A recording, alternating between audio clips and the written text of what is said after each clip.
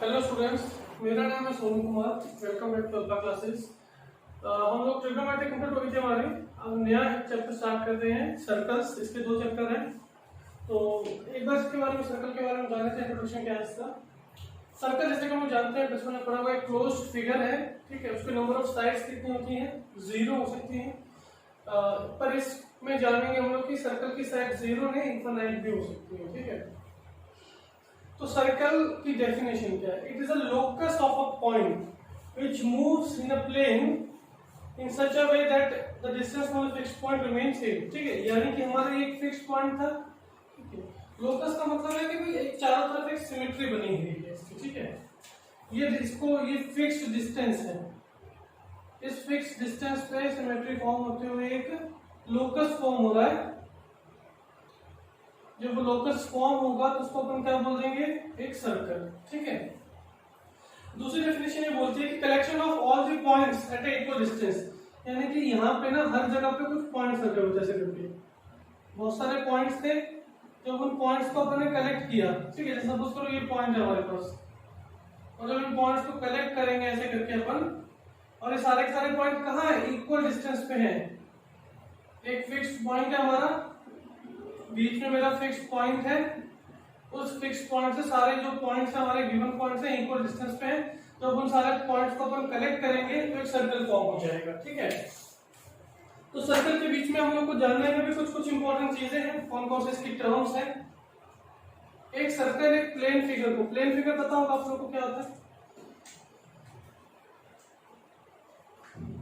जैसे कि बोर्ड क्या है? प्लेन है, जिसका हम लोग 2D डायग्राम्स बना सकते हैं, ठीक है। जब एक सर्कल फॉर्म होता है ना, तो प्लेन को 3 हिस्सों में डिवाइड करता है, ठीक है। इसको बोलते हैं, अंदर वाले पार्ट को बोलते हैं अपन इनसाइड ऑफ अ सर्कल, इसको बोलते हैं आउटसाइड, और तीसरा पार्ट है ये, इसको अपन बोलते हैं बाउंड्री, ठीक है। अब क्या है इसमें जो इंपॉर्टेंट चीजें हैं हम लोग को जो पढ़ना है, एक तो होती है टेंजेंट, इस तरीके से जो सिर्फ एक पॉइंट को टच करते हुए निकलते सर्कल को, और एक होती है सीकेंट जो 2 पॉइंट्स को टच करती है, ठीक है। इसकी डेफिनेशन लिखते हैं आप, पहले तो नोट कर लो। फिर आगे देखते हैं भाई, ऐसी लाइन जो सर्कल को सिर्फ टच करके निकल जाए, यानी कि उसका जो कांटेक्ट पॉइंट है वो सिर्फ एक होना चाहिए। अगर इसको जूम करके देखेंगे ना, जूम करके देखेंगे इसको बहुत नजदीक से जाके, तो हम लोग कुछ ऐसा नजर आएगा ये, तो भाई यहाँ से एक लाइन आई है और उसने सिर्फ यहाँ पे टच करके चली गई है, ठीक है।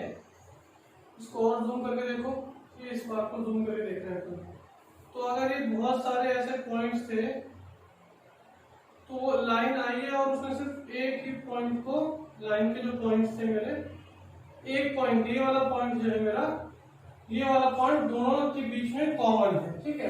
उसको बोलते हैं अपन इंटरसेक्टिंग पॉइंट। और यहाँ पे तो हम लोग को 2-2 पॉइंट दिख ही रहे कॉमन, ठीक है।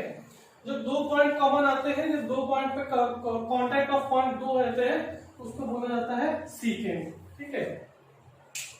फिर हमारे पास क्या है? डायामीटर है। डायामीटर क्या होता है कि एक कॉर्ड ही होती है, ये क्या होती है? एक कॉर्ड हो गई, ठीक है, इसको बोलते हैं कॉर्ड। सीकेंट क्या होती है? सीकेंट आगे बढ़ती चली जाती है।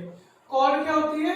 जो हमारा बाउंड्री होती है सर्कल की, जिसको अपन सर्कमफेरेंस बोलते हैं या पेरिफेरिस पैरामीटर्स को हम बोलते हैं, वहां पे आके क्या करती है? वो टच कर लेती है, अपनी बाउंड्री पे आके रुक जाती है, आगे नहीं बढ़ती है, उसको बोला जाता है कॉर्ड। एक सर्कल के अंदर इनफाइनाइट नंबर ऑफ टेंजेंट हो सकते हैं,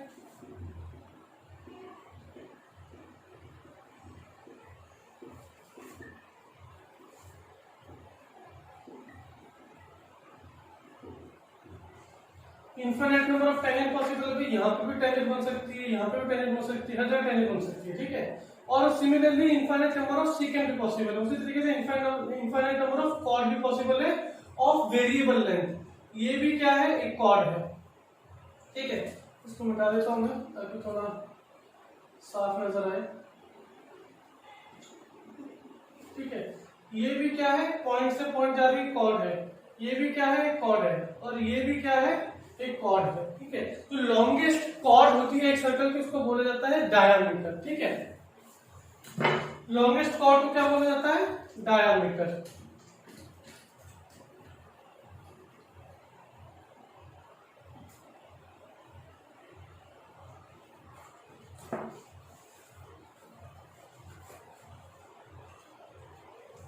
ठीक है, लो जी, एक टेंजेंट बना लेते हैं। ये टेंजेंट बन गई, ये सीकेंट बन गई, और ये एक कॉर्ड बन गई। ये हमारा सेंटर है सर्कल का, जो फिक्स पॉइंट है, जिसके अराउंड सारे के सारे पॉइंट्स को हम लोगों ने कलेक्ट किया है। फिर अगर एक कॉर्ड इस सेंटर से पास होकर गुजरती है तो उस कॉर्ड को अपन बोलते हैं डायामीटर, ठीक है। ये क्या होती है? Longest chord possible. ऐसी कितनी हो सकती है? ऐसी इनफिनिट हो सकती है। भाई यहां से गुजरेगी तो भी डायमीटर है, यहां से गुजरेगी तो भी डायमीटर है, ठीक है। फिर अगर सेंटर से, इस सेंटर से हम लोग सिर्फ एक लाइन लेके जाएं जो हमारे सर्कमफ्रेंस को टच करेगी, उसको बोलते हैं अपन रेडियस, ठीक है। रेडियस क्या होता है? डायमीटर का हाफ होता है, ये पहले हम लोग पढ़ते आ चुके हैं, ठीक है।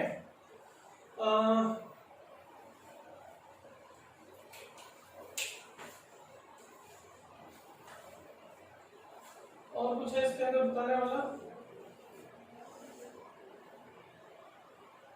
ठीक है, चलिए आगे बढ़ते हैं। थ्योरम नंबर 1 में हमारी क्या बोलती है कि अगर कोई भी टेंजेंट है, जैसे कि यहाँ पे एक टेंजेंट बना रखी है अपन ने,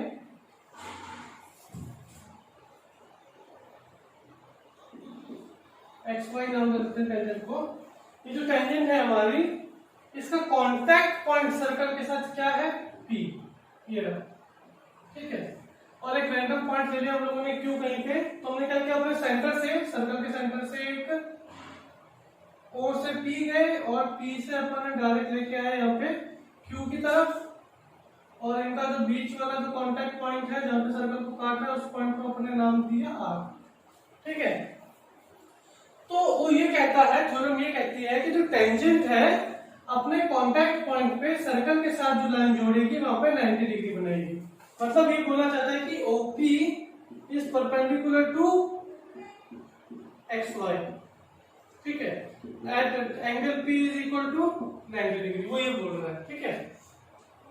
तो इसको प्रूफ कैसे करेंगे? ठीक है, अब ये देखो, अगर हमको ये प्रूफ करना है कि भाई OP जो है वो एक स्ट्रेट लाइन है, तो हम लोग को ये प्रूफ करना पड़ेगा, हम लोगों ने 9 से पढ़ चुके थे, ये शॉर्टेस्ट लाइन जो होती है, सबसे छोटी लाइन जो होती है किसी पॉइंट की, अगर ये मेरा एक पॉइंट है और ये एक लाइन है, तो अगर ये सबसे छोटा डिस्टेंस है तो ये हमेशा कैसा होगा?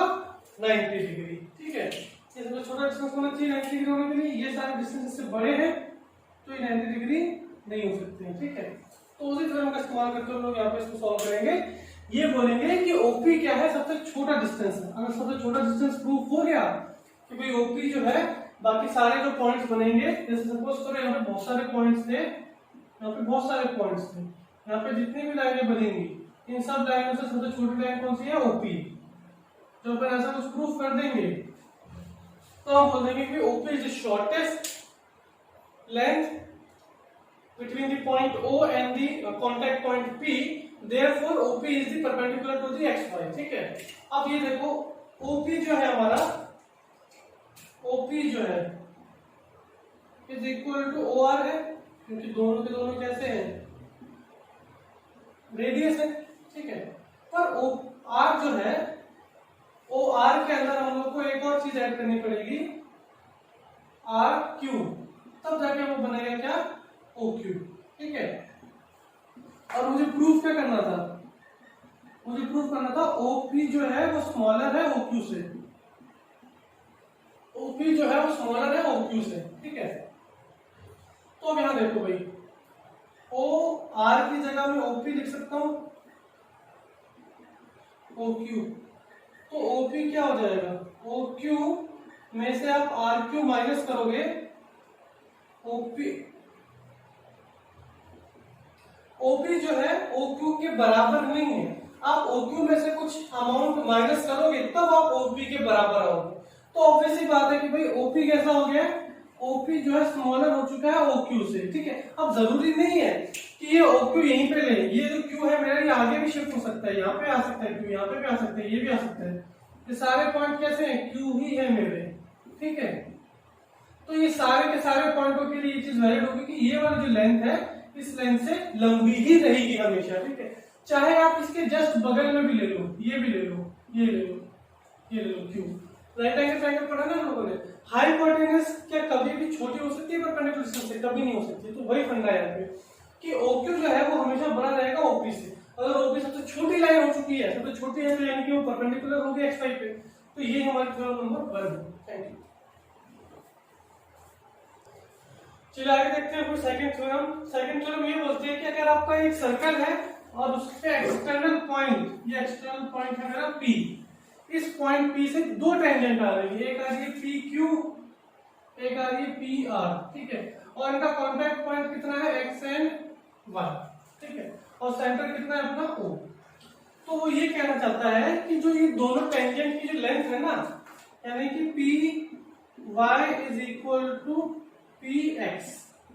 अगर आप एक सिंगल पॉइंट से दो टेंजेंट बनाते हो सर्कल के ऊपर, तो दोनों टेंजेंट की जो लेंथ है जहां पर वो टच करेंगे अपने सर्कल को, वो दोनों बराबर होंगी, ठीक है। तो इसको प्रूव करते हैं, ठीक है। प्रूव करेंगे कैसे, ट्रायंगल्स की हेल्प से, ठीक है। उनको दोनों ट्रायंगल्स को कॉन्ग्रुएंट कर देंगे।